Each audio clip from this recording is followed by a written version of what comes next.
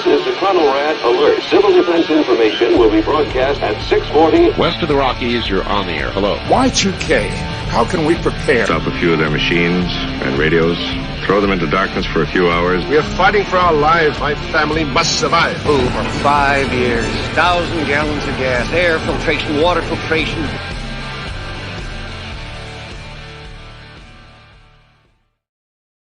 Coming at you from the frozen tundra that is East Central Alberta, Canada. Streaming live on YouTube, Facebook, Twitter, Twitch, Rumble, and Odyssey.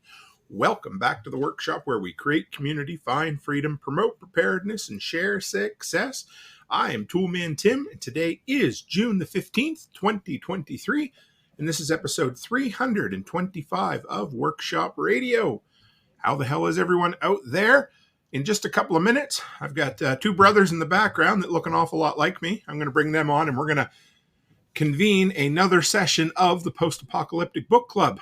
Real quick, before we do that, we'll get the announcements out of the way. And if you're wondering why it looks like 1970s wood paneling behind me this evening, it's because that's exactly what it is. I'm in the middle of renovations. The office is going to be significantly more soundproof with some upgraded electrical. And yeah, a bunch of things. I'll fill you in once it's done, but yeah, it's pretty close anyway. So first off, it's Thursday night, so let's remember our major sponsor, Forstchen, my brother Joel. If you're looking to add a podcast to your ear holes, something that's going to motivate the hell out of you, check out the Protection Dog podcast over at fortresscanine.com. Every single week, my bourbon-drinking, cigar-smoking brother Joel will give you a kick to the behind and say thank you very much, because he is just that kind of dude. He has rebuilt his life from scratch not that long ago and has become very successful for it. And he's the type of guy that will absolutely share what he's done and hopefully improve your life for it. Number two, speaking of friends, another really good friend, Nicole Sauce from Living Free in Tennessee, is running a homesteading starter pack. And there's actually 3 people in on this. So it's a 7-week course. It's a bit of an investment. Check it out. But there is Ryan Steva, who was on the show the other night, Leos from the from the Zello group, and Nicole herself, that are doing in-depth courses on all the skills that you need to get started with homesteading. The link is in the description. And finally, guys, I don't know if you caught TikTok today or basically any of my social media, but I got to, not inspire. I don't know what the right word for it is, but you're always going to get people in your life or people that don't even know you that decide they're going to shit on everything you do. And that's cool. You got to understand that Nate's laughing in the background. I can see him. So I learned something from a man much wiser than me, John Willis, who always said to monetize the trolls or to make money off them. And so I had a guy just recently, didn't know me from Adam, decided to comment on last Sunday's live stream. And they're basically like, why in the world would you ever want to shoot to be a full-time content creator? Why don't you do something better with your life? Like, create a business and make jobs for families. And I'm like, well, dude, I commented something back like, I'll take, I don't know what the hell I'm talking about for 200, Alex, because obviously they have never taken 5 minutes to listen to anything I've ever talked about. Anyway, they basically likened becoming a content creator to getting a scratch ticket and said I was basically in it for the free shit, which, hey, that's cool if companies want to send me that. But here's the deal. So I'm not even going to bother mentioning what their name was, but I decided to take their term, scratch ticket, turn it into a promo code, and you can go straight to patchofthemonth.co. And if you sign up for the year subscription, I'm going to throw in 3 random patches from the last year. So that's $30 worth of free patches with your first order, simply because this guy's a huge dick and decided to tear somebody down that he doesn't know. So what do? We make our life better when people treat you like that. So there it is. Finally, today's tool is what I just reviewed last week. It's actually kind of cool. It's like $25. It's a little 12-volt inflator called the Astro AI tire inflator. The thing worked surprisingly well for what it was, for a $25 inflator. And links in the description if you're looking for something like that. And with that, guys, let's slide right in and bring everybody up. Hang on a second. Give me one. Hey, Byron Roberts. Howdy. Nate's choking on ice there. How you doing, brother? I think he's okay, guys. There he is. Oh, sorry. Yeah, he'll be around in a minute. Let's see if we can move things around a little bit. Is that better or worse? Too big of a swing. There we go. Oh, that happened. So too big of a swing. Oh, I forgot to mention one more thing. We missed a serious holiday yesterday. Yes, we did. Yesterday, June 14th, was National Bourbon Day. So I'm going to say it right now. Ham radio. Let's all take a drink. Poor Nate. Good to have you, folks. So, how's it going? Good. How's everybody's week been? Nate, It's how going you doing? right. Yeah. No complaints. You didn't choke to death earlier, so No, good. no, it's this stuff's kind of kicking me a little bit. So this is Nice. Ooh, what do you got? Rabbit Hole Cave Hill Kentucky Straight Bourbon Whiskey. Nice. Yep. See what? Let me see. I'll grab what I'm drinking tonight. We'll show you. I forgot. I'll show you what I'm drinking. Tonight we have Henry McKenna 10-year bottled. I'll read the rest. Bottled in bond. And it is 100 proof. Not too bad. It's smooth though. It's got a little smoky flavor to it, and yeah, this one's kind of kicking me a little bit. Took a little bit too big of a swig. Oh, good old George Remus. I've got an empty version of that up on my shelf there. Nothing wrong with that at all. We're all in on the same thing. So had to make up for yesterday. Absolutely. I'm almost ashamed to admit it, but I need to be honest. I didn't actually touch a sip of bourbon yesterday, and I meant to. I didn't either. We'll make it beer. Yeah, I didn't get home. I didn't even get home till 9 o'clock last night. So, I ended up. So like I said, I've been renovating the office in here, and I try to get shit done on Wednesdays because there's no podcast or anything, and I just kept going and going, and I bought one of those safe and sound doors. They look like a normal interior door, but they're solid core, and so far it's a big improvement between that insulated ceiling, and I've got 1/2-inch soundproof panels going over top of that. So by the time it's done, hopefully the dog noise will be a thing of the past. We'll see. There you go. Yeah. So what did everybody think? So this is book number 2 of what was originally a 1-book series, then a 2-book series, then a 3, and now a 4. What were your quick thoughts on this one, Nate? How many times have you read it now? I went through it twice. My surprising thing is it's only 25 days worth of content. Yeah, I caught that. So, and I only caught that on the second one because I'm like, wait a minute. I missed exactly how many days it was. And the main plot is only 20 days. Yeah. Because they add, a couple more in there for the ending, which is the power plant coming up. I was I think I missed the epilogue the first time I read it. I'm bad for that. I'll just be like, all right, skip it. But I read it. I listened to it today, actually. This is the 3rd. Okay. So technically the 4th time I've tried to read this book. The first time I got maybe an hour and a half in and dropped it. That's probably a year and a half ago. And then I went back and re-listened to it. I don't know, 4 or 5 months ago. Really, really liked it. And then listened to it again this time. And I think I liked it even a little more. I was surprised. How about you, Byron?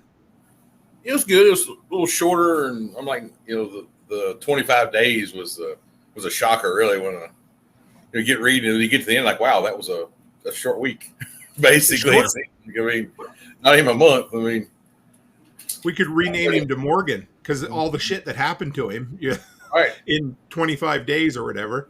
It's unreal. Right, like three of the chapters is like one day. Yeah. Mm-hmm. Yep. And but 1 second after takes place over a year, but almost half the book takes place over a 1 day or 2 day battle, or that kind of the day leading up and the day after. Yeah. But he has an interesting writing style. I kind of enjoy it. I've always said I really like when he tells the story almost in past tense. Same with the battle this time. A lot of the lead up, he cuts all that out and he's just like, okay, here's the ending. Let's talk about it. Well, he didn't do a whole lot of that with this one. He drew out all the conflicts in this one. Well, that is true. There wasn't as much. How do you want to put it? Like I get they didn't talk about the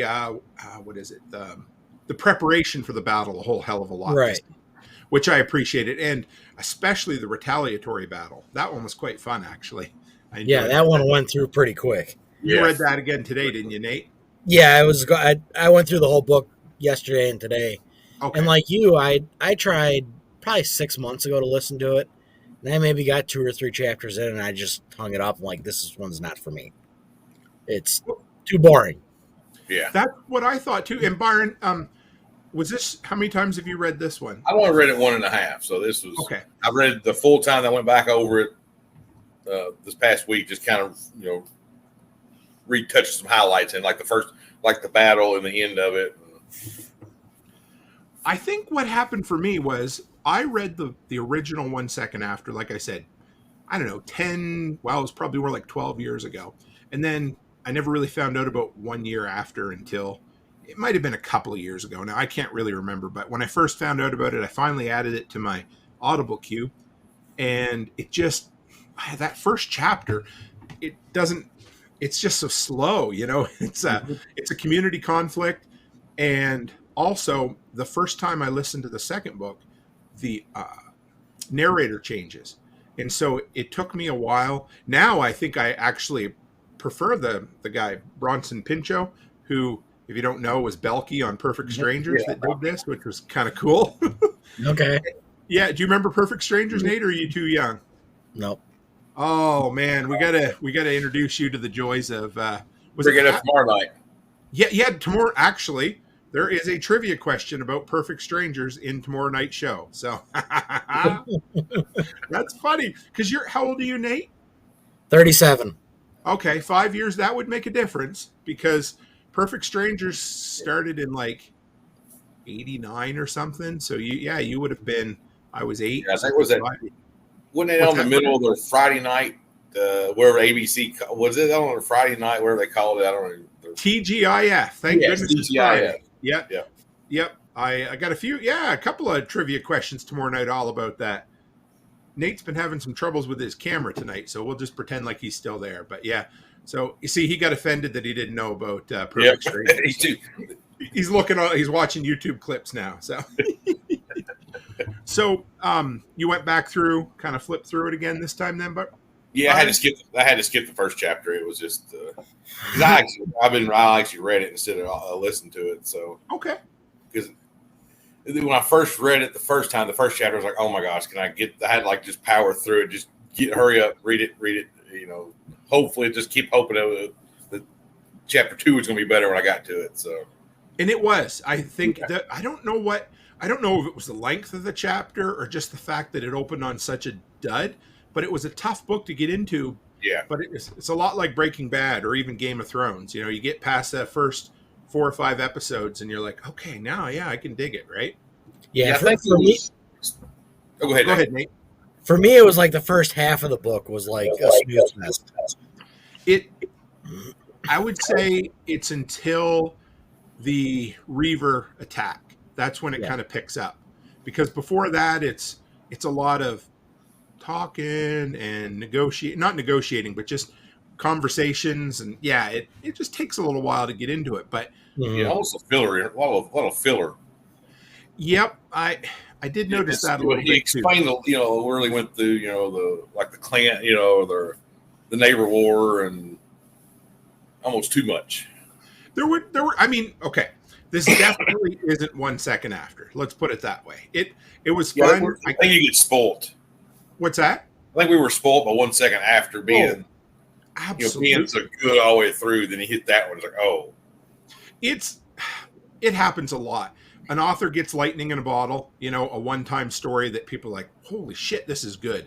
And then, of course, who knows? I mean, I'm going to hopefully get him back on the show here. I'm kind of working on it right now. It'd be really cool. But it'd be nice to find out if he wanted to write this or if his publisher wanted him to write this. Right. That makes a difference. Yeah. I read another book series. Author was T.C. Sherry.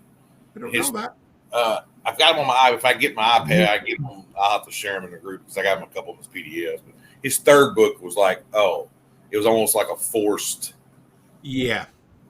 Just trying to wrap it up. It was just almost too much fluff and not enough. Going Home was a bit like that too. Hey, that's what I found. There were books where it just kind of filled in at times, wasn't there, Nate? Yeah, I mean there was definitely some spots of that where, what was it, 3 and 4 were fillers, I think. They almost could have been one book, right? Yeah, 3 and 4, and then what is it, 6 and 7, I I think. think so. Yeah.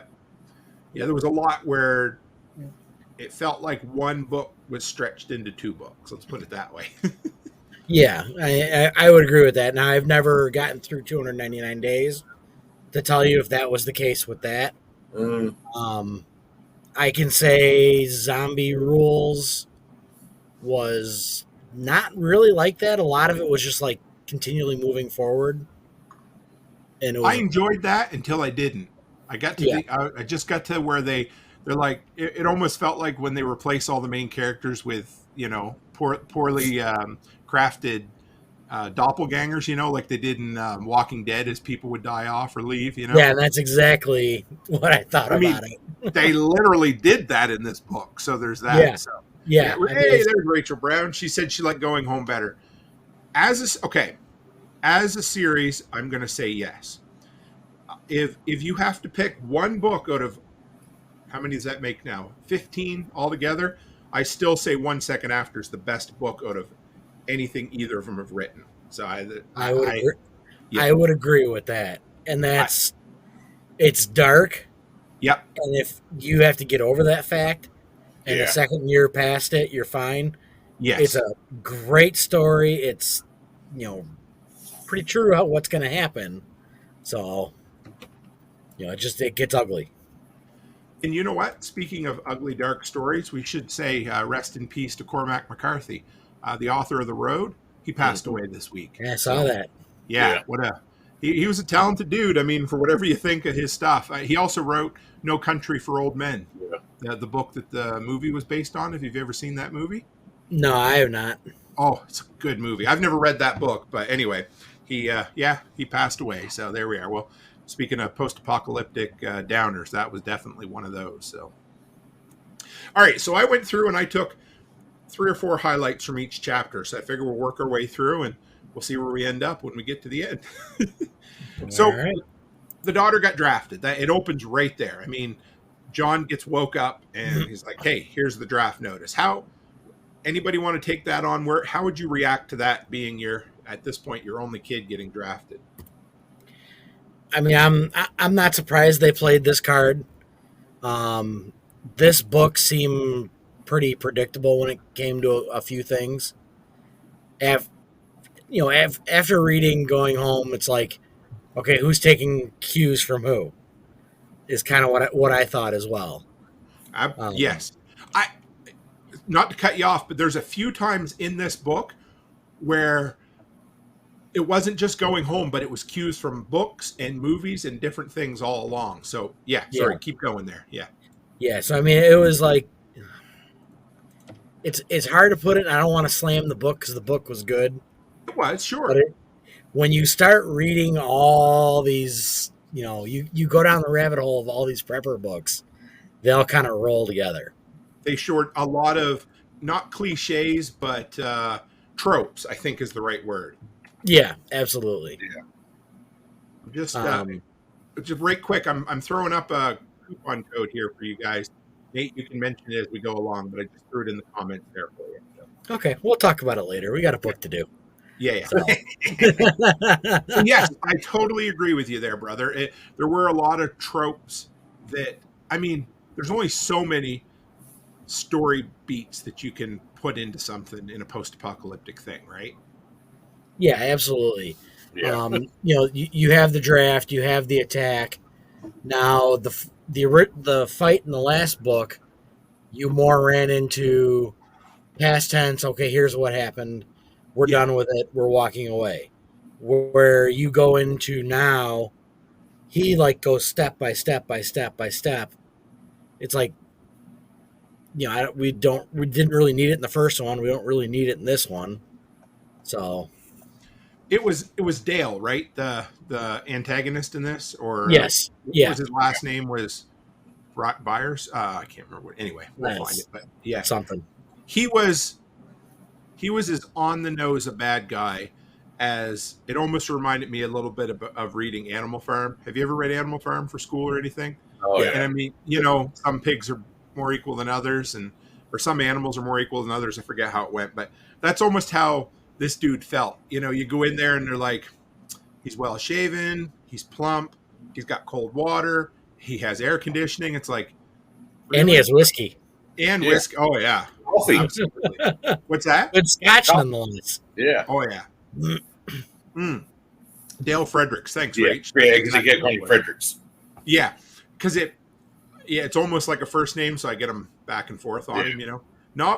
Mauser's drinking Knob Creek. I do like, I've got a 9-year Knob Creek here. It's a single batch. I wasn't real keen on, but the normal Knob Creek was really good. But whatever, everything. Okay, so foreshadowing with the tooth, the problem with the tooth, that really gives me shivers. Oh, what do you think, Byron? I hate the dentist. That's good. That's what will probably kill me. I know. I'm the same way. Knock me out, or I don't care. But if it's post-apocalyptic, just a lot of it. Use the empty bottle if you have to. The problem, of course, you drink a lot. It increases your blood pressure. It thins your blood. You're more prone to bleeding. Like, oh man, the hand drill, or the foot drill. That was no. I can't stand the electric drill. It's just no for the air drill. I don't like. The worst part of getting a cavity drilled out at this point for me is probably the smell. You ever that? Yes, they don't burn. Yeah. Oh, and of course in this, there's no. He's got no flush or wash to clean it out. Yeah, it was almost Oh, it was gross. So we got a young illiterate in here this evening. Backwoods Butcher. Good to have you, brother. I need to reiterate. I don't read anything. I listen to everything. So yes, I'm the oddball. I read.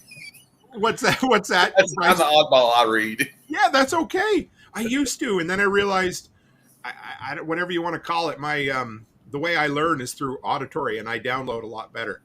And plus, you get a lot of Nate, any of us, we have a lot more earbud time than we have sitting on our ass reading time. So it just kind of mixes things up. It's usually my late night. Mm-hmm. Done for the night. I'm going to sit there and read for an hour or so, then go to bed. So what happens to me is I'll be like, all right. And then John pulled out the gun. I'm like, I wonder what I could do in the garage tonight. That's how we're reading if I'm sitting down with it. My brain is just off somewhere else. So it's usually if you're on or John Willis is on, that's usually my reading time. I've got something going in the background. I can hear it. I don't have to concentrate and try to watch something. So that makes me smile. Thank you. It's because I can hear. I know what you're saying. I know what he's saying. So I'm good. So Rachel says bleach plus isopropyl alcohol equals chloroform, if I remember correctly, for educational and entertainment purposes. Yes, entertainment purposes. First. Yeah. So, 2 other quick thoughts about this first chapter. The Franklin clan, they called them survivalists. So this book opens 2 full years in, right? Is that correct? Yeah. Yes, day 7:30. 7:30. Mm-hmm. And I think you have him getting that, and then there's also the BBC. Right. Yeah. So I was quite impressed that the Franklin clan not only survived but thrived. He makes a point of saying they never once came to town for rations. They took in new people, including what did they call him? It was an author, but he had a good name, a reclusive author, whatever. Yeah. I'm like, is he interjecting himself into this story? I thought that was really cool. But yeah, so it was neat that they never did. And then how about the charcoal powered vehicles? Anybody catch that? Or Mm-hmm. Yep. I heard that. I'm like, the first thing I thought is gasifiers. Me too, right? And I was like, yes. So we have some comments from the audience. I just want to share this one from Backwoods Butcher. It's pretty important. Said, was reading my toddler a story at bedtime a while ago, and she put her hand in the book and said, Dad, can you even read? That sounds like something my 13-year-old daughter Charlotte would say to me just to be an asshole, but that's pretty good. That's cute, man. I like that. It sounds like something my 10-year-old would say, too. That's true, but she'd say it with a smile, and you'd get away with it, maybe. So, yeah, I like the gasifier thing. I was thinking in the first book, just a matter of time till they really start getting that kind of stuff up and running. Yeah.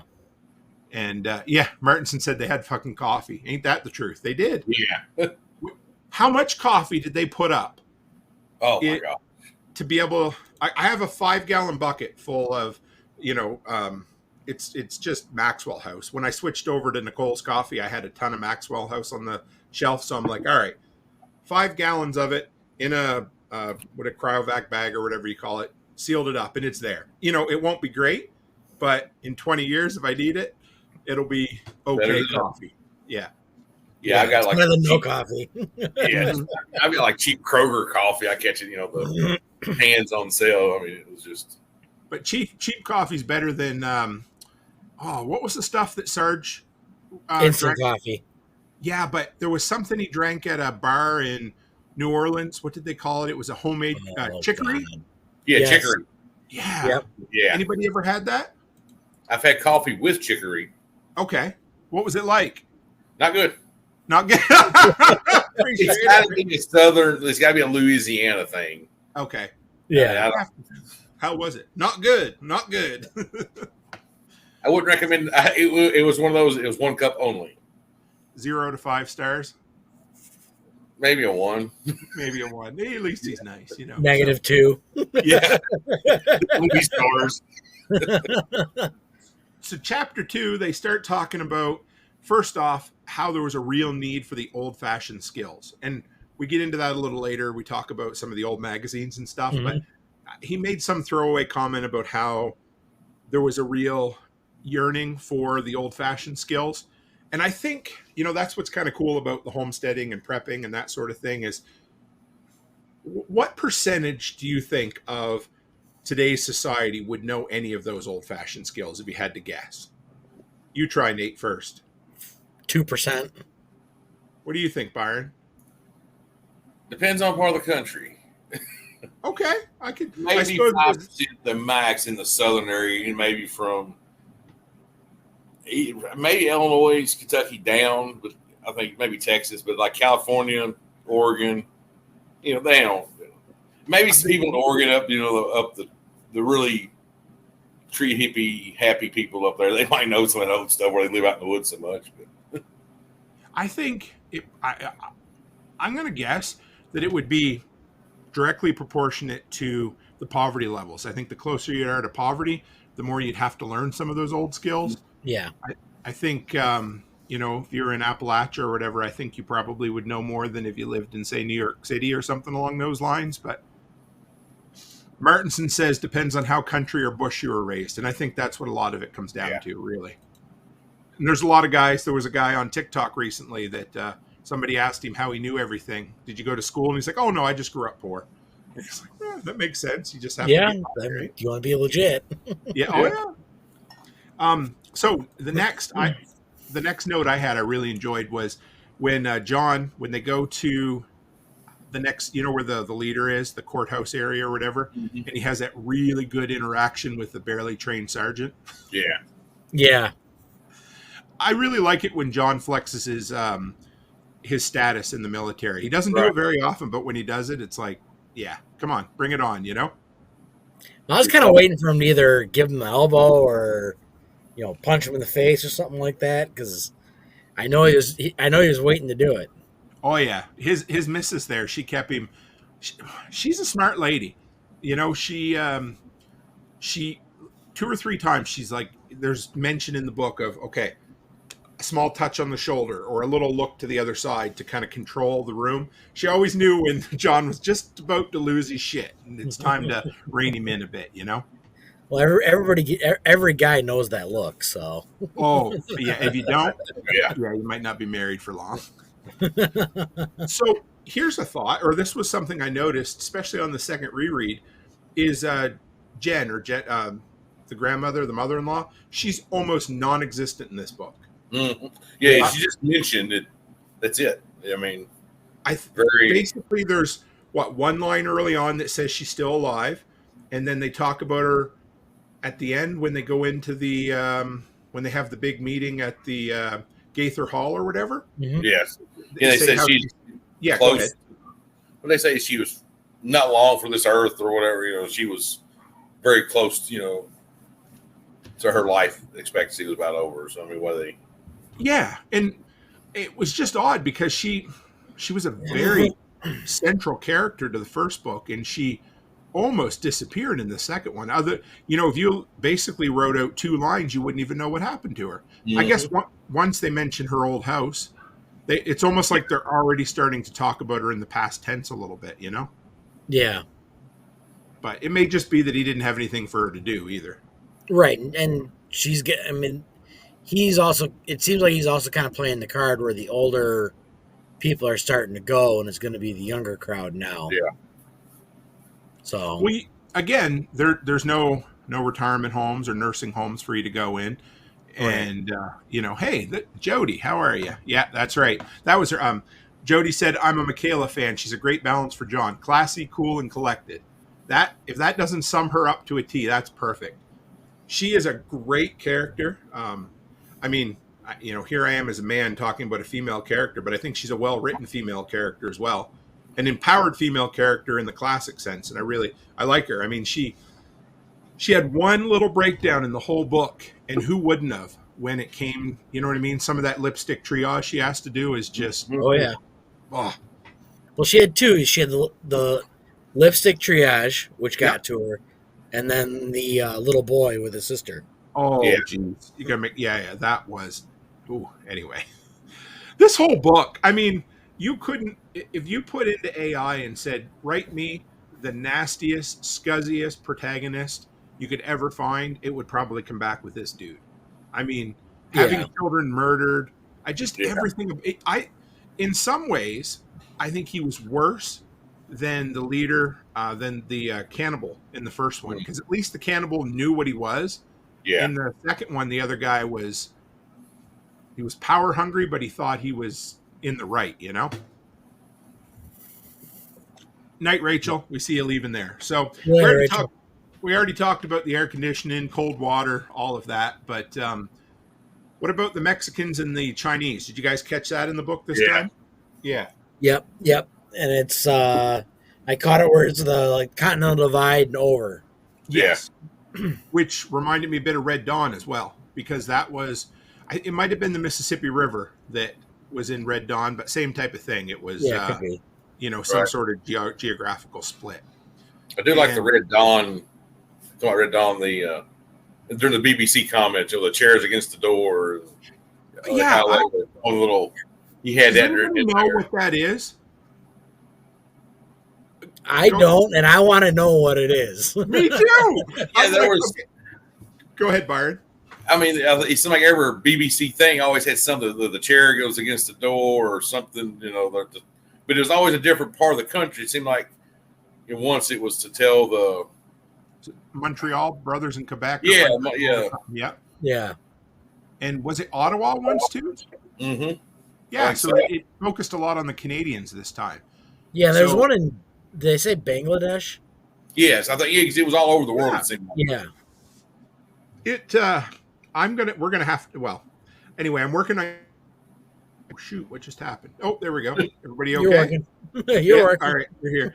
So all I got was black screen with spinny things for a minute. So, So I'm working on getting him back on, and had a conversation with him the other day. He said, "Give him a call back." He was in between 2 interviews. He had about 4 minutes to talk. He's like, "Call me back." I'm like, "Okay, yeah." So Jody says, "I was hoping you guys would know what these codes mean." I mean, best guess, best estimate is it's like the number stations, Mm-hmm. It's just it's a readily transmittable code. Oh, again, also like in Going Home, they had the what was the name of the oh crap, what a night, not enough bourbon or too much bourbon, but they Radio Free Redound, where they would put out codes and things, and it was right in the open. The only way you could know it was the one-time key, right? Right. That's what this one was like. And we definitely got to find out what the chair against the door means. I know you'll see John Willis from SOE mention some of this stuff sometimes, and I think it's more of a throwback to Red Dawn. So it's one of those you got to go back and you got to talk to the person that wrote Red Dawn. Sure.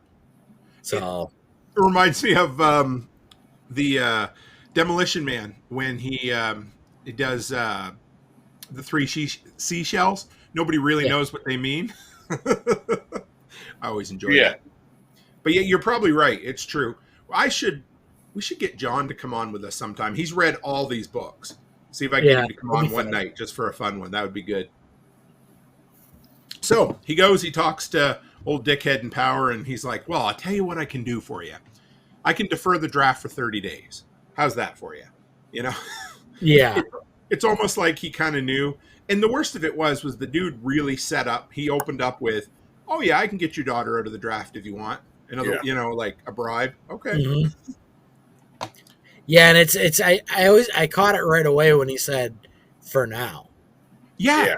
It wasn't even like under his breath. It was legit the very next words. Yeah. So, I mean, it's how long is that going to last? Because it gets brought up later in the book. It's like, is that going to be a day? Is that going to be a week? Is it going to be a month? Is it going to be a year? You know, and that's what it came with John, was the whole idea was just to get him out of the way. Yeah. And it was either get the leadership out of the way or get the security out of the way. If he could do one or the other, he could take it over no problem. Yep. Hey, we got Bonnie Blue in here. She said, just finished What's Left of My World series by C.S. Rudolph. Highly recommend, in the vein of Franklin Horton's Borrowed World series. Always looking for a good recommendation. I'll bring it up here in a minute. I'm working on one right now that hasn't been too bad, but I'll bring it up in a second when I come back to it. So the dentist appointment, we've talked about that a little bit already. Oh my God. Between the hammered in gold, the foot powered pedal drill, and I can't even imagine what ether makes you feel like. Like my dad had some of that when he had his lag set back in I think it was the early 60s. And he said he was almost instantly nauseous. And I couldn't, when my dad was a kid, he got his leg caught in the PTO of a tractor, and he looked down and the bottom of his foot was facing up at him. Oh. Yep. And somehow he doesn't walk with a limp. You know, he has a little bit of arthritis in it, and they give him some ether when he was a kid. And he said within, I was like 5 or 10 minutes, he was puking all over the place. So, I've never, anyway. But the foot pedal drill, and it was funny because, again, there's a throwaway comment from the dentist that he just happened to be, his hobby was dental history. So he had a passing knowledge of how this shit worked. And he's like, well, and he's like, I put a drill bit in, and all I can picture is, you know, some old Amish lady, you know, pumping away on a treadle sewing machine. You know, it's like, because you know exactly, you know, it's going to go up and down. There's no steady, geez. Anyway. Yeah. But who has a foot drill just laying around though? I mean, I know. Oh my goodness. Martinson said, huff some starting spray for your diesel. I'm good. Pass. Oh man. Anyway, it makes my skin crawl. So, but the cool thing is, later on, the couple there that was involved with the moon, was it the moon landing or the lunar rover or whatever? They find the Popular Mechanics magazines that were left over in the bottom of people had donated them for a yard sale or something along those lines. Yeah. But it was cool because he mentioned how the old ones were made out of that really, really cheap pulp paper. You guys ever picked up those old magazines and it almost feels like you could just kind of pull the paper apart a little bit? Yeah. And to us, it's like, that's kind of cool. But to them, literally the information is disintegrating in their hands, you know? Yeah. Mauser says, check out frozen signals too. I don't know what that is. Can you elaborate, Mauser? Anybody know what frozen signals are? Could that be something to, maybe, is that a book series maybe? I'm not sure, but we'll, yeah. And Backwoods Butcher says he's trying to quit. I'm not sure if he's talking about dentistry or huffing ether, but could be both. See, he starts hanging out with our crew, and now we're going to make fun of him too, poor guy. So okay. John chicken shits out of getting the other tooth. Was it a tooth pulled, right? Was that the second one? Yeah. Which I get. I've never had a tooth pulled, and hopefully I never have to, but oh my God, I can't imagine it'd be very enjoyable. And that was kind of the lead into getting woke up in the middle of the night. The conflict with they were kind of the moonshiners, weren't they? Mm-hmm. Yeah. Yeah, those guys over the hill. Yes. I actually really enjoyed their leader. I Again, you know me and names. I didn't write it down, so I can't remember his name. But I know. It's 3 guys here. We got no Rachel tonight to help us out with all these names and specific details. But Right. He was a cool dude. So Buddy shoots John, I think, right in the chest. It was supposed to be a kill shot, wasn't it? Yeah. Wrong. Ooh. Just out of curiosity, I don't think you have, Nate, but Byron, have you ever been shot with gear on? With like a vest or anything? No. No, I can't imagine that. Oh, it's got to be awful. I don't know. So, I mean, the dude, he already had was it a concussion or did he get a concussion from this same thing? Because he got a concussion from this. Right. Yeah. So concussion, probably a broken rib. Yeah, They he throw said him in the back. it was fractured rib or 2. Oh, and then they throw him in the back of a truck and they drive 100 mile an hour over rough roads for however long it was. Yeah. And he's like, I need a drink. And they give him some white lightning. Whew. Just, yeah. And then Maggie with her big bottle of aspirin. Oh, I forgot about Maggie. I didn't even put her in the, It was quite funny how she's like, just take an aspirin and call me in the morning. It's like, okay, there you go. And, oh man, Backwoods says he had all 4 wisdom teeth taken out only with a local. That wasn't fun. I can't imagine it would be. He's a tough bugger, that thing. I thought millennials were wusses, but wait, he might. No, he's not Gen Z, is he? Poor Kyle. He'd be like, why do I come in here? Everybody just picks on me. So I really, really enjoyed the back and forth between John and the leader of the, I guess they'd call them the Reavers, even though they weren't really the Reavers, but that's what the leader called them. I liked how they both knew what they were doing. It wasn't a compromise. It was just kind of a discussion. Whereas John was ready to die if he had to. And the other dude was like talking out loud. Well, how do I kill him? Do I kill him? Well, what happens if I do kill him? If I don't kill him? I like that a lot. And then they end up trading him for a bunch of salt. So, yeah, and that I got a kick out of that trade because that's one thing you need in life. You know, there have been wars fought over salt. And we don't think about it because salt's in everything we eat. So for anyone in this day and age to have a salt deficiency is almost non-existent. It's it's like somebody dying scurvy in modern world. But that again, it was funny because when I had Bill Forstchen there on the show, he talked about how he wrote the book, and soon after Jericho came out. And in Jericho, one of the wars or one of the little battles between communities is fought over a salt mine. And I thought that was kind of neat too. There was a few things in here that kind of mirrored Jericho. Forest. Thank you, Jody. Forest was I was just looking that up. Yeah, that's what I was trying to do. I was like, I'll just keep talking. They'll figure it out while I'm going here. So yeah.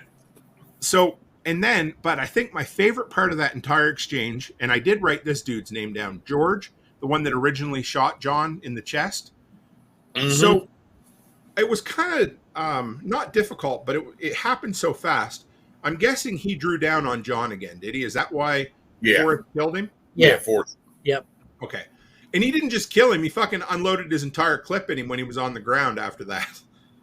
In other words, because he said he heard one shot, he dropped him on the ground, and then he said he unloaded his clip into him. And I'm like, well, he was trying to make a statement anyway. Yeah, I mean, and that was after... they had made the trade and John's walking away and the guy pulls a gun and tries to shoot him. It was the right thing to do because, I mean, that would have kicked off a war right there. And it wasn't said, but maybe it was implied. I also wonder if George maybe was going after Forrest's leadership or was questioning him a bit. It was like literally kill 2 birds with 1 stone. Yeah. I can get brownie points with John and I can do away with my rival, Yeah, could be.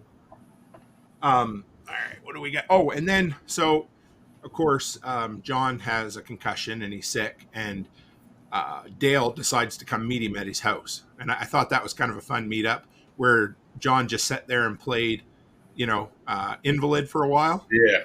Mm-hmm. And it just kind of went, so this is where Dale comes in. And if you guys, anybody out there, I should have said spoilers ages ago, but anyway, Dale decides to say, not only are we going to defer the conscription for a month, we're going to cut it in half if you come and join the war effort, right? Mm-hmm. I don't know. Do you think Dale, what do you think Dale when he came in, do you think he thought, hey, I think he probably did, but I'm just going to take this town over. I'm going to get John, do you think he just figured everybody else thought the way he did? Yeah. And I you find out where he's from. The guy's from Massachusetts. That's a good point. So, sorry, John Dowie. I know you're not from Massachusetts, but pretty close by. So yeah, I mean, it's that doesn't surprise me that Massachusetts, politician comes in. I'll offer you this, this, this, and this, and everybody will love it because that's what we do. That's true. Have you read? No, I don't think you have. World Made by Hand yet. I started it. I don't think I finished it. Okay, I'm 95% sure that there's a traveling politician. Actually, I think he at one time was a radio show host. He showed up. He was from Massachusetts. The exact same thing. Hey, I can fix your world. All you need to do is pay tributes to me.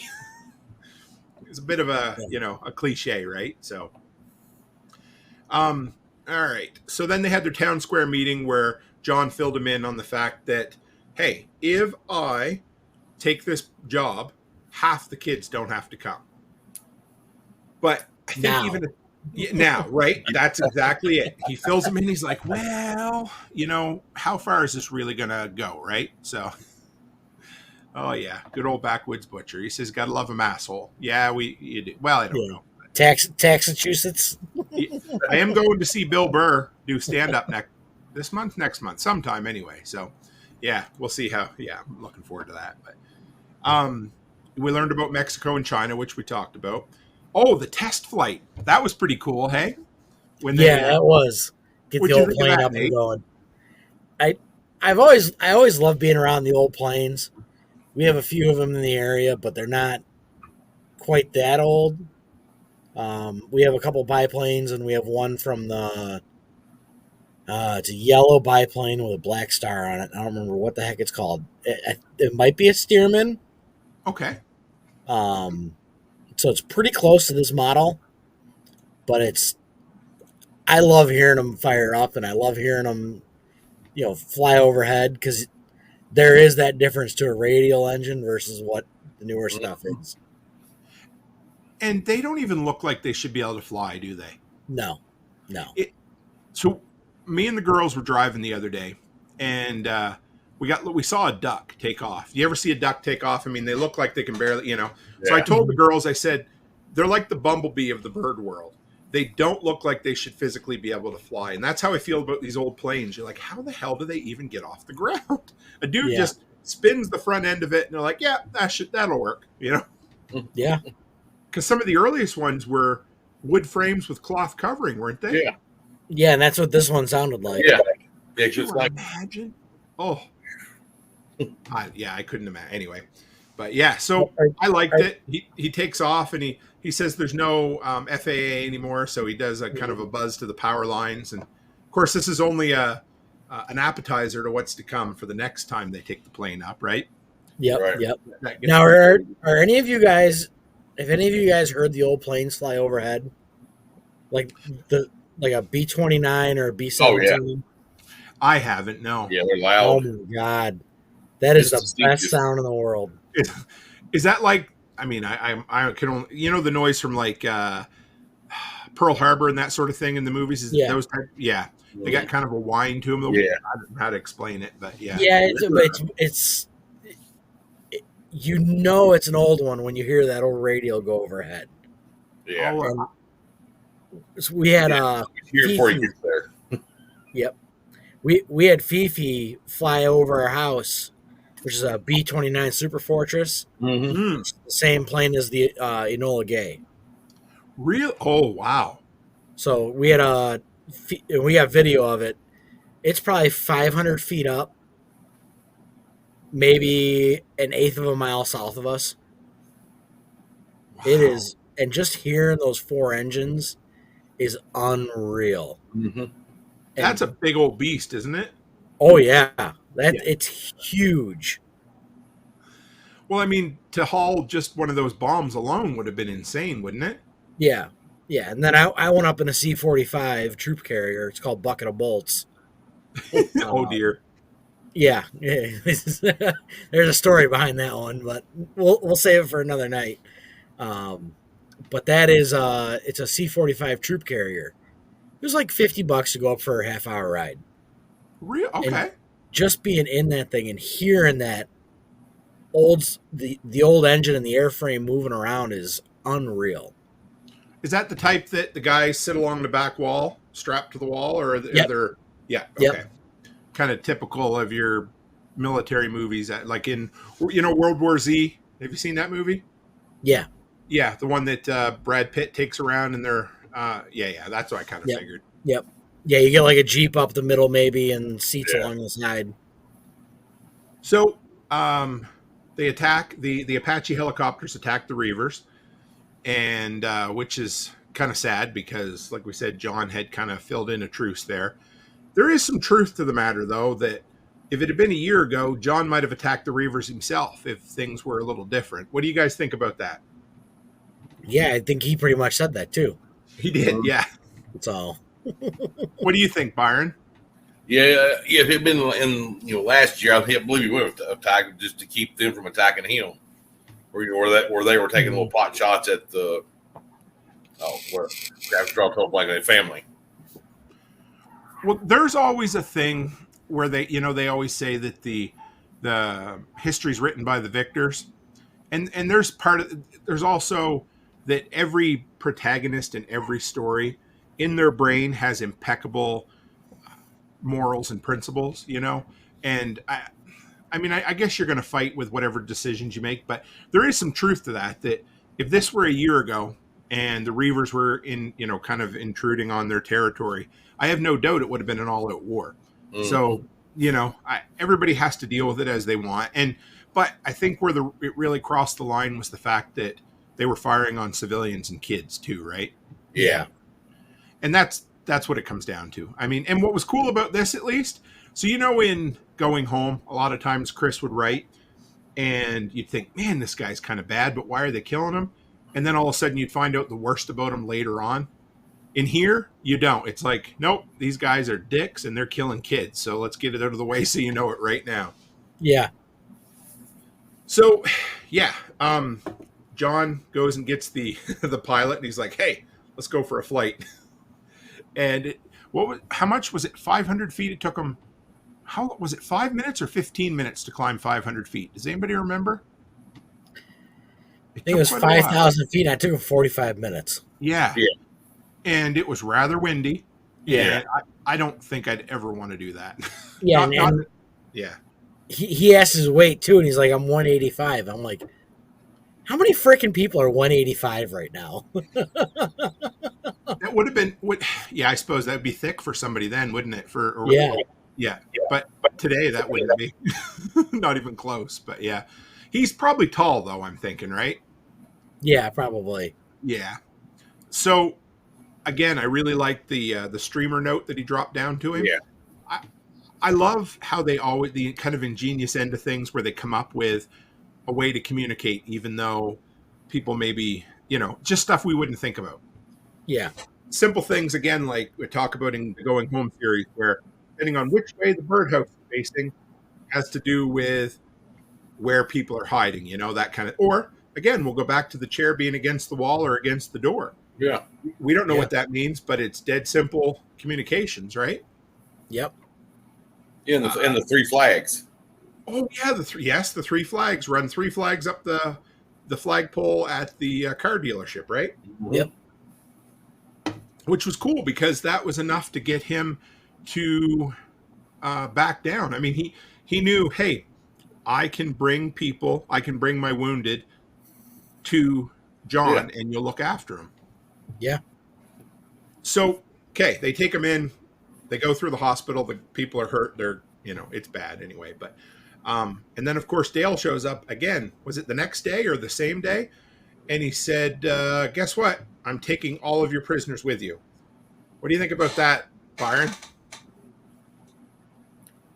Remember, they had all the injured guys, and he's like, "We're taking them with him." John did the right thing. Yeah. No. Yeah. He knew what Fredericks was going to do to him. So he knew they were dead if they left. If they left the hospital, they're going to be they were probably killed before they even got out of town. And again, there's some conversation there with how much different was that than John executing the cannibals on the side of the road, right? I know there is some difference, but it was a fun conversation for him to have for sure. Yeah. It was a good Yeah, debate. I mean, I'll play devil's advocate. I can see that too. Yep. So, I can too. That's what I appreciate about this book is that there's no, nobody's perfect in it, right? right. I mean, it's you hear John go back, yeah, I did that during martial law, and this is no different than Dale goes, well, we're still under martial law. Right. So, I mean, it's there's no way around it. Right. I agree. I mean, I don't agree with what he did, killing kids and killing them the way they did indiscriminately with, but you can't really fight it one way or the other. They both made their choices and, it just happened that one was way, way more evil than the other one. Yeah, agreed. So we get into chapter 12. John makes a presentation at the chapel where he tears his draft notice in half. And that's pretty ballsy because as John, you get a little bit of his inward dialogue for a bit, and he talks about how this is the first time he vocally comes out publicly and says, I'm done with the government. And at that point, that's when he becomes treasonous, right? Yep. Mm-hmm. Would you guys do that? Yeah. Yeah. Oh, yeah. Okay. Especially he's watching the so-called military kill women and children for no reason. You know what? I got to back up just one. We forgot about one thing. The park bench conversation. So for those who haven't read it and you're letting us spoil the whole story for you, I really enjoyed this. Yeah. So when Dale comes in and he says, I want to talk to you in private, John. John's like, sure, let's go in this room. And they step in and the whole town council's there. I had to laugh. That was pretty ballsy. Yeah. And then you got Ernie too. Yeah. Oh yeah. And he turns around. He's like, I'm leaving. And John goes out and grabs the dude by the shoulder right in front of everybody. And you can kind of picture these guys drawing down on him. And I just love how John says nothing until it's all good. They're going to go to the park bench and have a conversation. And then he casually looks up to the rooftop and he's like, okay, you guys can put your weapons down. Because oh my God, those conscripted soldiers I think they're worse than no soldiers at all, actually. Mm-hmm. Because, I mean, they got extra people killed. They got themselves killed. They should have just been left at home and not worried about, But the park bench. Oh, go ahead, Nate. I would agree with that. If you don't want to be there, you're not going to fight. Right. So. I don't know how forced soldiers I don't think they pan out very well. No. But the park bench conversation was good because John says that's the first time that Dale let that false facade drop for a minute, and he finally got to see the real piece of shit that he was. Hey, so it was only for a second, but he let it slip, and that was because that's when Dale calls him a son of a bitch, and in that perfect, I don't know that Massachusetts accent that the narrator does. I'm like, that's pretty damn good, actually. That only showed up halfway through the book. Yeah. Did you notice that? What do you mean? That accent when the narrator was doing it was started at about halfway through the book. I did notice that, actually. That's kind of funny. He was there were times early in the book that he played John like a Southerner too. I don't know if you noticed that or not, but that stopped. I almost wonder if they're like, we got a couple chapters recorded. We're not going to back and change it, but you need to change those accents a little bit. Yeah. Because especially that first chapter, he really played John like a Southerner. And I'm like, he's lived there, but he ain't no Southerner. He's a Jersey boy. No. Yeah, exactly. So then another kind of aspect of the story I kind of enjoyed was how we found out some of the backstory and filled in the history with the BBC reports on shortwave. And I didn't look this up, but they mentioned a neutron bomb was dropped on Chicago. Was that a choice in verbiage, or is there a difference between a neutron bomb and a nuclear bomb? And does anybody know? I think that was more of verbiage because I was wondering about that too. I mean, it's a tactical nuclear device is still an atomic weapon.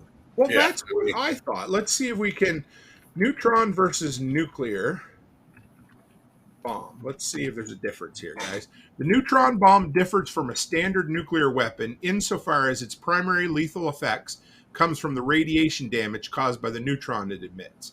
It is also known as an enhanced radiation weapon. So, I guess what they're implying is that it will kill people with the radiation, but it will leave the buildings and things intact for the most part. Okay. But here's the deal. Yeah, but holy shit, I'm thinking that everything being irradiated might as well be as bad as it being destroyed anyway, wouldn't it? Yeah. So anyway, interesting. The community votes in favor of fighting against Dale, which I guess I expected.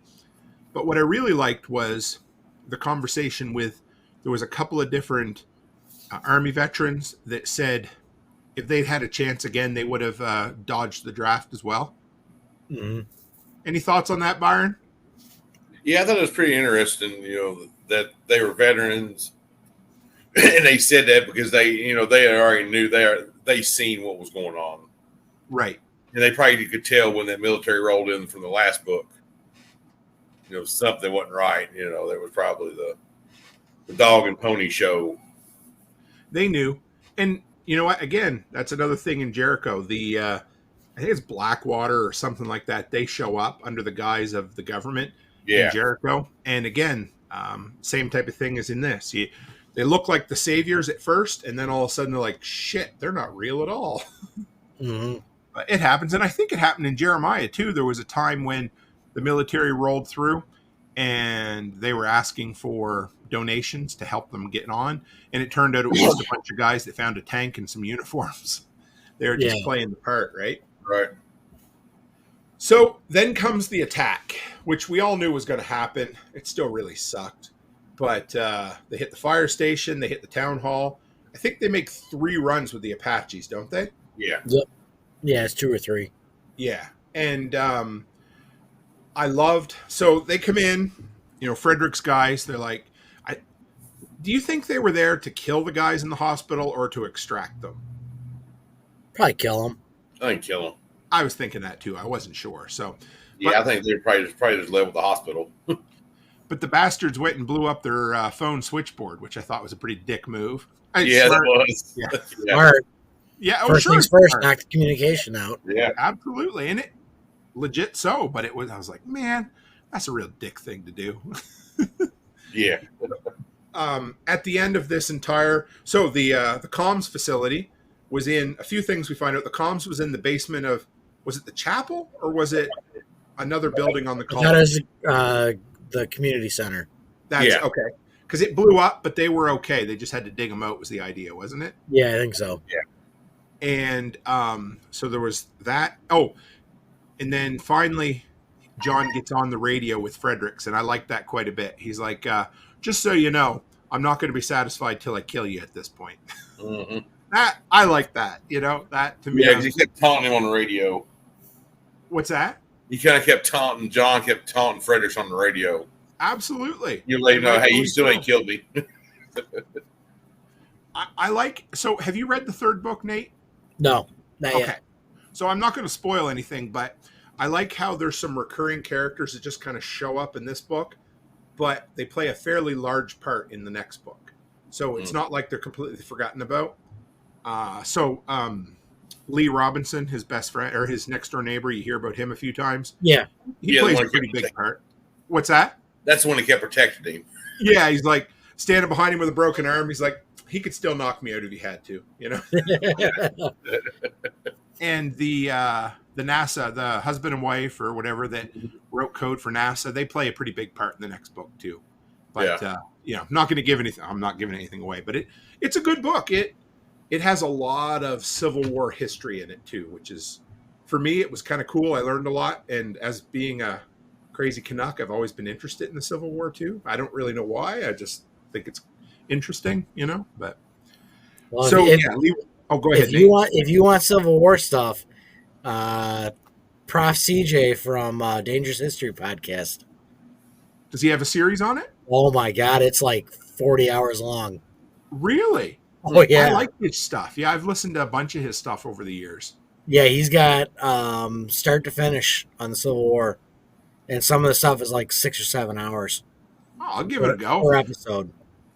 Yeah, he's a smart dude, man. I like him quite a bit. Yeah. Ken Burns, you know, he did the baseball documentary. Do you know Ken Burns? He did a really good one on the Civil War too. It's I was 10 or 12 hours long. I enjoyed it quite a bit. And Backwoods wants to know what the name of it's the Dangerous History podcast, isn't it? Yep. It's CJ Kilmer, I want to say. I should almost reach out to him and see if I can get him on the show. I'm sure he would. But, yeah, he was on Loose the Goose for a little while. Yeah, and I think actually, if you guys want to see him recently, he was on Porterhouse's live the other night. I think. Okay. Yeah, so I'd love to pick his brain. He's like, you know, look at the big brain on Brad. You know, he's a smart dude. Holy shit. Mm-hmm. So they go in, they attack the securities. Oh, hey, gunfighter, great to have you. Thanks for the support this week too, brother. Always appreciate it. So they had, they go in, they managed to overtake one of the Apaches, which is really cool. And then the guy flies off kind of haphazardly, which is neat. But what I thought was neat was they take a lady soldier from Jersey, not hostage, but she surrenders or whatever. And you get a really good insight into what they're feeding these kids. They're bringing in these untrained, they're not even soldiers. They're just like, hey, you got a college degree, you can be an officer. There you go. Mm-hmm. And they were telling them how racist they were, showing them Deliverance. I think they actually showed them Deliverance and said, this is what it's like. Yeah. But I liked how she stood up and it probably would take longer than that in real life, but she came around and she's like, oh shit, you guys are good people. Yeah. I'll help you out, you know? Well, Deliverance is real life. We got the banjo player in the White House. Well, that's true. Oh my goodness, he does look like the banjo player all grown up. And Jody, yes, he was on TSP. Was it recently or quite a few years? I know he's been on quite a few. He's probably been on a few times, I would imagine. Yeah, we'll have to. Anyway, have to reach out to him. He's the type of dude that just twists your brain up whenever you listen to him, you know? Oh, dude, he's got some good episodes. Oh, yeah. It's been a couple of years since I listened to it, though, so I'll have to go back. But well, he's full-time now, so... Is he? Oh, yeah. Did he retire, or did he... He left college, I think it was December, maybe? It's been relatively recent. Okay. That's or cool. maybe I'm thinking it was last year. I don't remember. I know it's been within like the past year or so. Was it on his choice or was it kind of a force? Yeah, good for him. Yeah, because there's a lot of good people that left jobs not because of their choice. You know what I mean? So, Coffee and strawberries. Anybody remember coffee and strawberries in this? So they John wakes up. He takes a little nap. He wakes up and they had coffee and freeze-dried strawberries. Oh yeah, branched up. Yeah, I thought that would have made your day. Hey, waking up to smell that. Oh yeah. Hey Mauser, Frozen Signals is a prepper book centered around comms in a bad winter storm. We'll have to check that out. That sounds like it's right up Nate's alley, doesn't it? Well, I can tell you HF would be the way to go, but is it affected by a snowstorm, for instance? Not really. No, not really. No. Unlike the old satellite dishes, the small ones. Yeah. Whenever it would snow heavy, you couldn't get a signal. Yep. The higher the frequency you go, the more line of sight it is. Oh, okay, that makes sense. So the siege of the courthouse complex, they give them the option to surrender, and a few of them take that option. However, they're shot in the back by their own soldiers. Yeah. Nate's shaking his head. I mean that got to me, but it's another one of those cliche. Yeah. And it's, they're looking at him as you're a traitor and I'm going to shoot you for leaving. Yeah. And I would imagine that has been done in previous wars. Not necessarily by our side, but by other sides. Right. I could imagine the Russians doing it. So. Yeah, I don't know. I bet it's been done by everybody at some point in history, probably. But my guess is it's probably by management or not management, but leadership. You know, it's like, let's. I'm just following orders. Yes, my Fuhrer. That's exactly what it is, right? It's always the way. It's just following orders, right? Yep. Yeah. Which, I don't want to say I understand, but at least you see it and you're like, okay, I see where this person got into this situation, and their options where I follow orders or I end up in a ditch too. Doesn't make it right, but it's a shitty situation to be in. Let's put it that way. Mm-hmm. So they shot their own men, and how did they get Fredericks? Was it just a barrage of bullets? I mean, they didn't kill him, but how did they finally take him to get into his final office there? Do you guys remember? They finally rushed the building. Yeah, they had to rush the building. Then that's where he said that there was a hidden heavy machine gunner. That's it. Yeah, that had never fired. It must have never fired until they rushed the building. Was it a 20 millimeter or was it a 50? Was it a 50? Okay. Yep. And Baxwood said again, Stalingrad. The Russians did it, I think, at Stalingrad. One person got a gun, the next got ammo, and when the first guy died, the second guy took the gun. Yep. Yeah, it was 5 guys per gun during that battle. But that Stalingrad, was that not the one that Forstchen talked about in the first book? Because it was a siege, right? Where they were pretty much out of everything? Yep. So what'd they do? Just have 5 guys standing there and until the rest of them died? You'd have the first guy off the boat, got the gun, 5 guys behind him got bullets. Then the 6th guy got a gun, then 5 guys behind him got bullets. Oh, my goodness. Yeah. Times, oh, Jesus. Anyway. So, Dale, again, you know what this reminded me of? Going home. I always call him the judge. He wasn't actually the judge, but Porky. Remember Porky? Mm-hmm. He draws down on Morgan and... pimp gun. Yeah, the pimp gun. That's right. Always a pimp gun. Yeah, always like...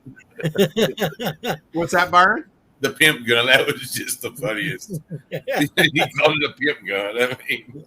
Because Washington in the last book had a pimp gun, or he didn't have a pimp gun, but he shot somebody drawing down on him with an old-fashioned pimp gun, remember? Yeah. Yeah, it was one of the... Well, I guess they were a biker gang at one time, whatever they were called. I can't remember what the name of them was, but he shot him. But Dale pulls a handgun out, and who was it that shot him? Do you remember? I think it was Ernie. Ernie? And Ernie came from the Reavers, didn't he? Yeah. Yeah, that's what I thought. No, he was the antagonist in town. Yeah, Ernie almost makes you think. Yes, that's right. To me, he put me in the mind, or not in the mind, of the inside guy of, what's his name, Forst. Yeah, could be. Forst said he knew everything was going on, like he had somebody in. Yeah. Oh, communication. To me, that automatically, that was just my assumption. That's a really good insight, Byron. Ernie was either the inside guy for Fredericks or the guy for Forst. I think he was the inside guy for one of them. I would say Forst more than Fredericks. I think so. Yeah, I got to go with that. I think you're right there. They would, especially when I heard it. When Forst was talking about having an inside guy. But the only thing made me think of maybe Fredericks, the way Ernie killed him all of a sudden. Instead of giving John a chance, or because maybe he was worried. My first thought was he was worried Fredericks was going to start spilling the beans. He's inside. What all the secret stuff was, or whatever they might have going on. Man, I got to start reading like Byron does, always looking for the conspiracy behind things. Geez, that makes it more interesting, doesn't it? I like that. That's good, man. I like it. So then, we killed the antagonist, which was very satisfying. I thought it was a very good death. I think the only way it would have been a little bit better. You remember when Sarge killed the Homeland Security guy really, really slow? Mm-hmm. Kind of strangled him while he looked at him. I thought that would have been kind of fun, but you know what? A bullet to the head works too. So yeah, I mean that's the second shot. Walks up, just boop. I do appreciate it when they kill him and they don't give him time to lip off. There's none of this, a long old waxing eloquently, telling them all about the plan to end the world. And you're like, just shut up. So Asheville and Black Mountain decide to form they called it a consolidation. Yeah. Which I thought was kind of cool because they were the ones, they were basically the Black Mountain was going to blow up the water supply at one time, right? Mm-hmm. Yeah. It was kind of nice that they come together. To me, looking forward, I'm thinking, hey, maybe they're going to create a larger outlay of communities, which, that's how organized, not that we love organized government, but that's how local organization happens, right? Yep. So the epilogue, they finally get the power turned on, which we didn't actually even talk about tonight, about them getting the power up and running, but it was kind of neat. We'll skip back for a second. They get it started, and again, we talk about different cliches and story beats from other pieces of fiction. One of my favorites is the 1994 miniseries, The Stand, and in there's a scene that is almost just like this.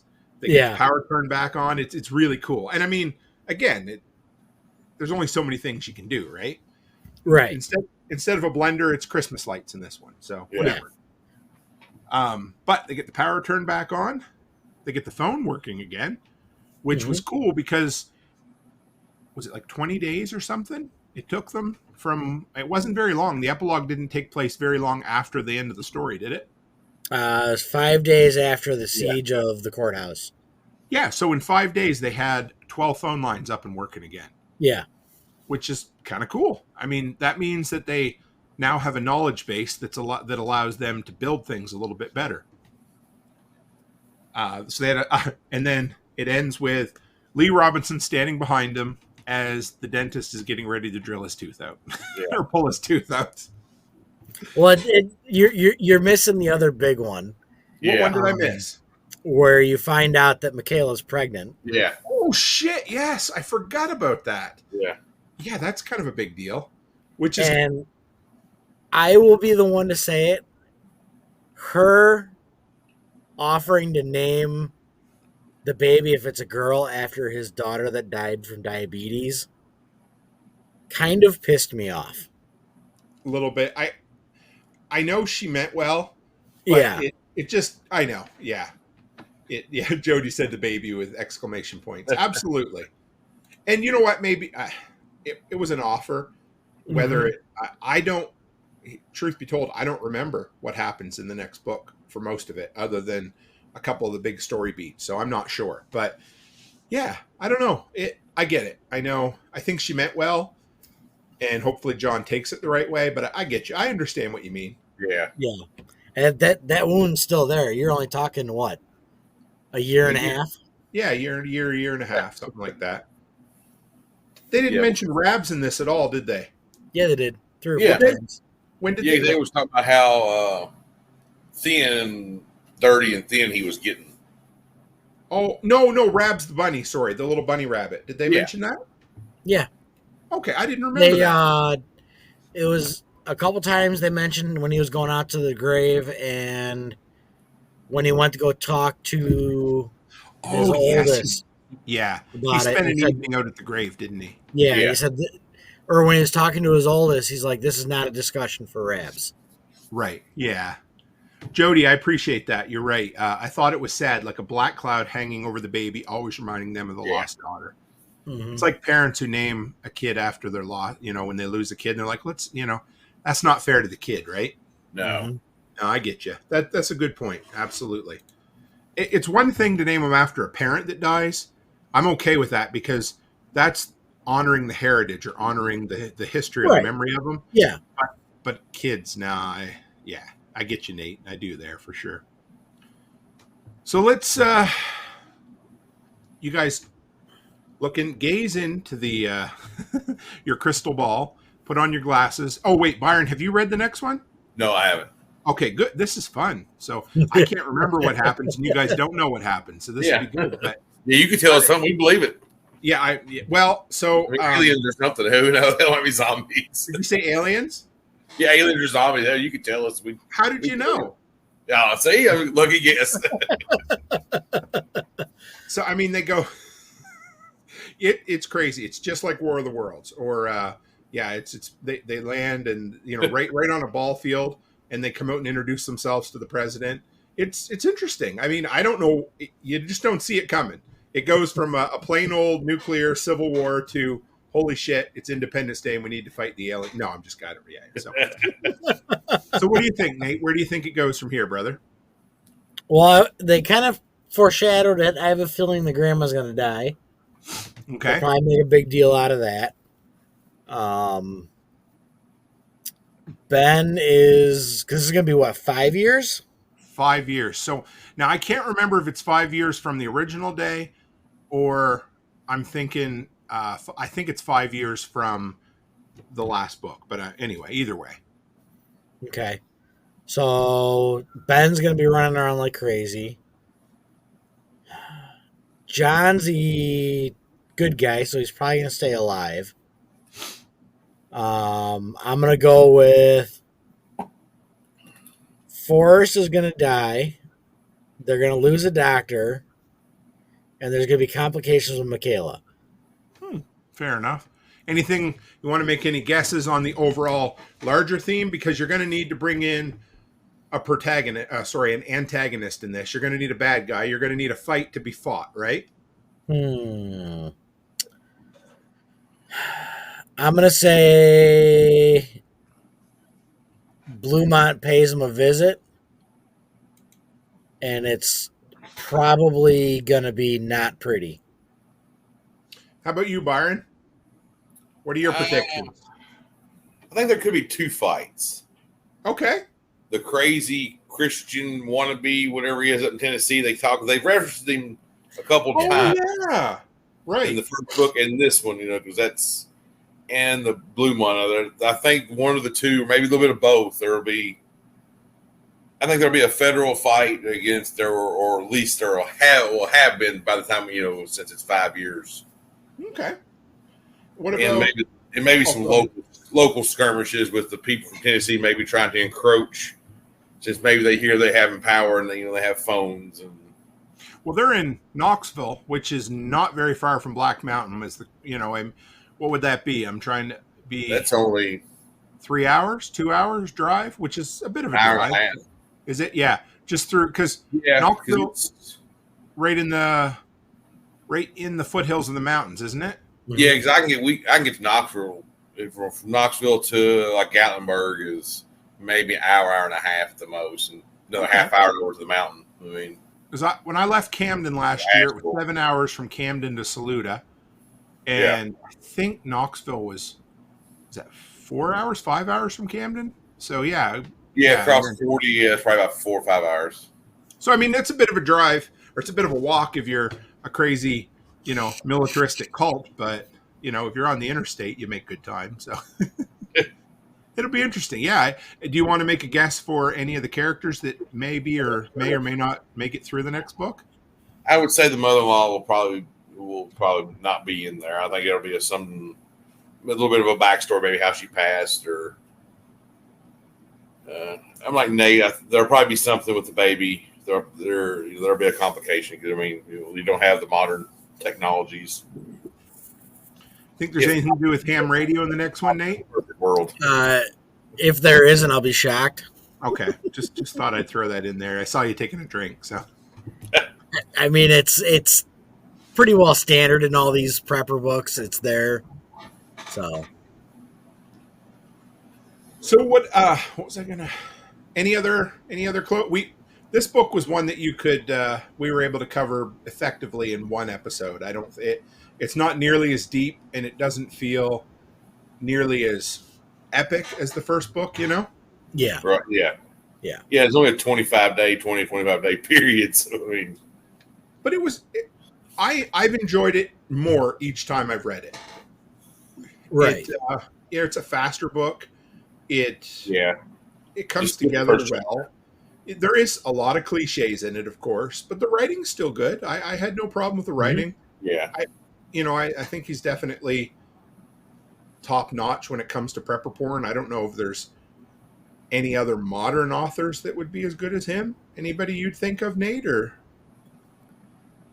It depends on your style. I mean, if you want I think he has more of a here's what could go wrong, Mm-hmm. where going home is more here's what you can do. That's fair. I like that. Yeah. Yeah. One's more, this is what I'd be if I was prepared. And the other is, this is what I'd be if I had to react to it. Hey, Right. Do you want to be Thad or do you want to be John? that's true. Yeah. I can see that. And Angry American, he's a great author. There's nothing wrong with his books. I enjoy him. He just, I personally enjoy Forstchen's writing style just a little more. Yeah. I like them both, but I like, I would say if I had to pick, well, all right, let's put it this way. Forstchen's been on the New York Times bestseller list, and I'm going to say, Chris, I think maybe the U.S.A. Today, I think I read once or something. So not quite the New York Times, but it is what it is, right? It's getting there. Yeah. Well, boys, what do you got coming up this week? What do you got, Byron? Where have you been lately? Nowhere. No. Oh, that's Just okay. work. Yep. Just work. That's about it. So when are we going to do the next episode? You tell me. Okay. So what is the release date? I think we're caught up now. We're doing really good. Not caught up, but we're on a good schedule now. So Yeah. What's the next book? It's called The Final Day, I think. No, that's the next one. Yeah, that's one. That's the one we're reading. I was just going to look for the release date for the last one. I think it's August, isn't it? It is. I'm just trying to, because I'd like to. What do we want? Like a week or so to read it, and then do the. I'll have to find it right away. Hopefully, it's out in audiobook quick. Yeah. Well, I have it. I have it booked. You're not in Audible, are you? No, because it's going to be released day and date on Audible the same day as the book is. Okay. So I wish we had a way to. Anyway, well, we won't say that, but I wish there was a way you could listen or share my Audible account. You know what I mean? I would imagine it'll be on the thing that I'm using too, because it is Audible. It's Audible Lite, so we'll see. Okay. All right. Yeah, it's easier to use in the long run. It's easier to buy the books. Okay. And they're close to the same price. I think I have it. Let's just see here. I have it pre-ordered in my thing here. 1 year, 5 years after. That's what it's called, and it comes out. Oh shit! Not till August 22nd. So I'm actually going to be in Tennessee by that time, but that's fine. I'll have lots of time to listen to it while I'm working. So maybe we'll take August off. Sure. Because then you got June, July. So next month we'll get caught up. Yep. You'll take August off with the book club. Then we can do the next one, and then we can jump into Atlas Shrugged. That works perfect. Yep. Atlas Shrugged is a good winter. Yep. We'll start Atlas Shrugged in November, because I don't want to start that till I wanted to say back stateside. That I'll be the opposite of stateside. Whatever the fuck it is, I don't know.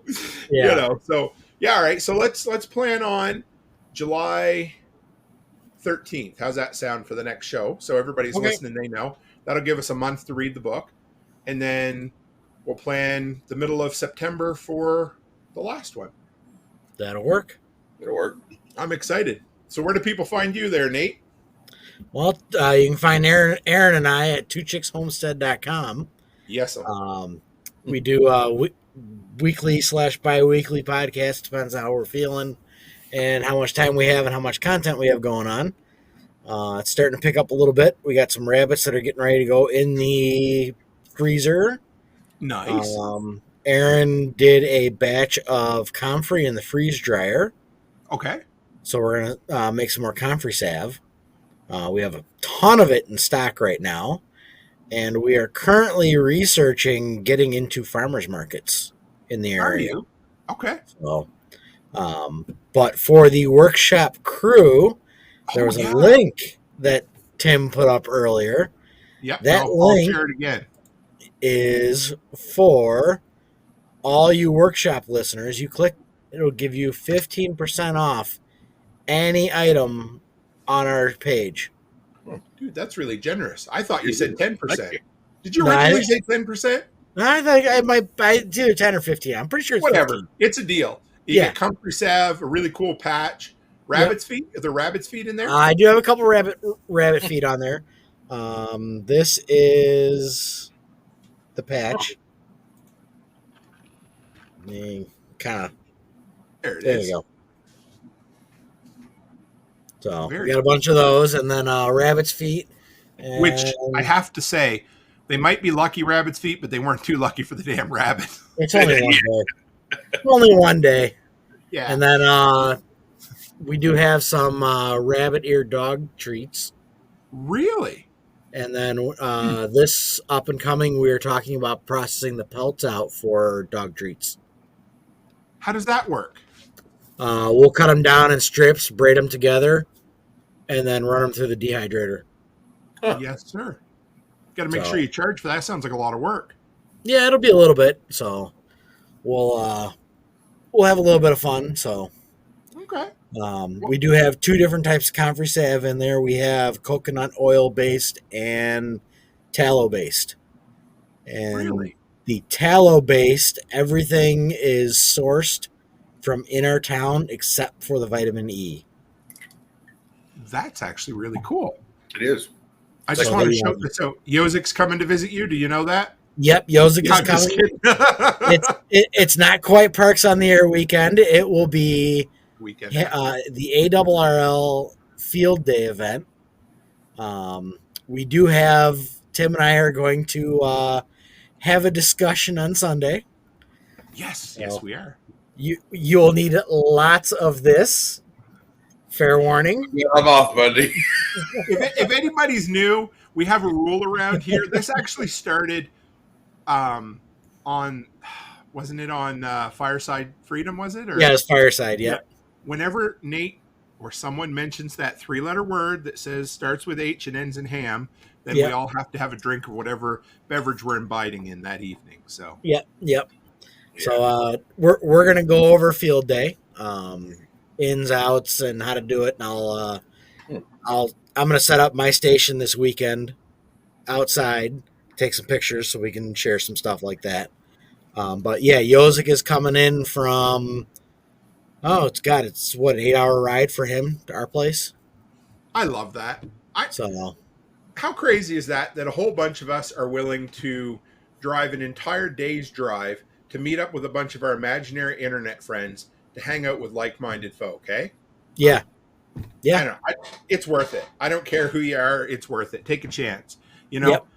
The chance of ending up dead in a ditch is pretty slim, like 2%. So you're good. Take a chance and go meet some strangers, you know? Yeah, I mean it's pretty slim. So It is. I mean, I think it's only happened to one person in our community so far, so we're good.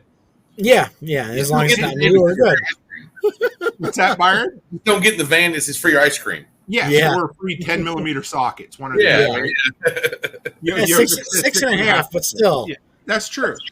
Well, see, Yozik, if you go, then and if you survive, you're going to bring that number down just a little bit. That's all I'm saying. You know.